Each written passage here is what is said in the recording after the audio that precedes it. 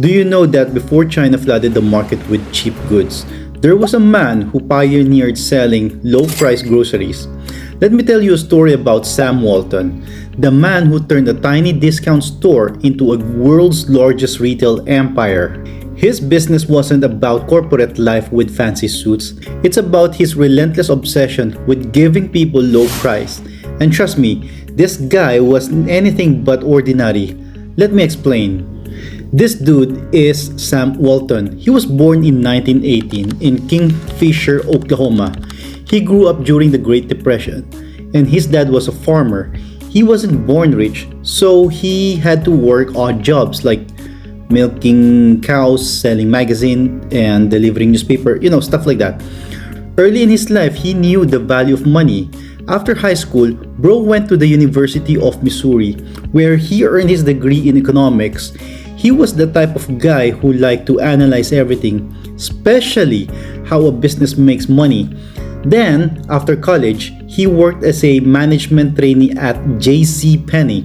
He quickly developed a sharp eye for what customers wanted, which is low price and convenience, right? Now, fast forward to 1943. Sam married Helen Robson. Then, before he joined the military during World War II. Then after the war, in 1945, he used his capital of $5,000 plus he borrowed money from his father-in-law about 20,000 US dollar.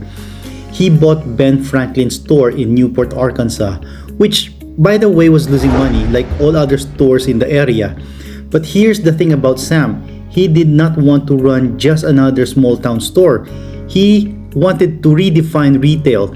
While other store owners were happy selling products at regular prices, Sam had a wild idea to cut prices low and make money by selling more volume. That sounds obvious today, but back then, it was revolutionary. Competitors thought he was crazy. Like, how can you make money by selling cheaper than everyone else? But Bro wasn't gambling. He studied customers' behavior, tracked every sale, and squeezed every efficient possible out of his supply chain. He wanted to cut off wholesalers from the equation, so he drove his pickup truck directly to manufacturer himself, buying in bulk to negotiate lower price. And it worked. He can sell super low price and still make money. However, success didn't come without setbacks. You see, his lease contract was not renewed because the landowner wanted to give it to his sons. That was a very big deal and a very big mistake on his part. His father-in-law was shocked. He was surprised. Normally in any lease contract, there's a stipulation or a clause that you have the right to renew. But in his case, he doesn't have the clause to renew his lease contract. So, the growing momentum will now have to stop. But instead of quitting, he doubled down. He found a new location in Bentonville, Arkansas, and opened Walton's 5 and 10. The store became the foundation for Walmart. But even as he grew, Dude had a problem. Retail giants like Sears and Kmart dominated the market. They had brand recognition, deep pockets, and national reach. Everyone told Sam there was no way his little discount idea could compete. His response? Easy. Go rural.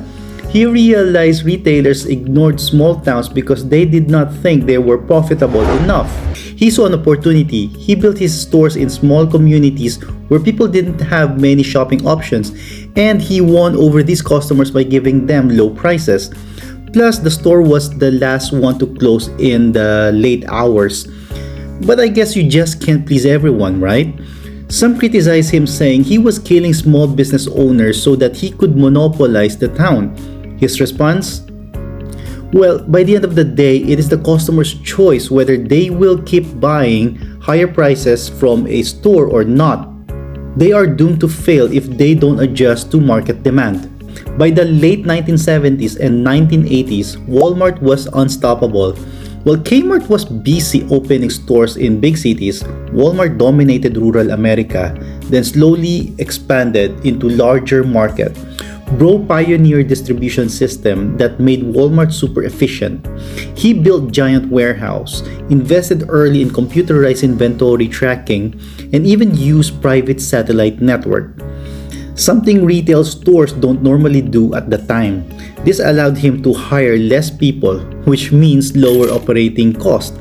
Sam wasn't just building stores, he was building a machine that could crush competitors on price. Walmart expanded across states and then across the country.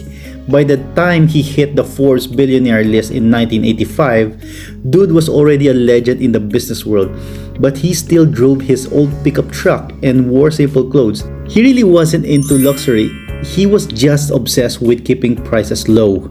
At the age of 74, Sam Walton passed away in 1992, but by then, Walmart was already the largest retailer in the United States.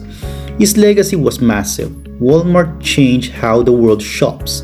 It is now a global giant with over 10,000 stores and millions of employees across the world.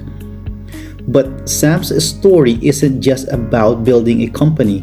It's about proving that understanding your customers and outworking your competitors is a proven formula to succeed in business. He started with one small store and a simple belief, and that is, there is only one boss, the customer, and that customer has the power to fire everyone in the company simply by spending his money somewhere else.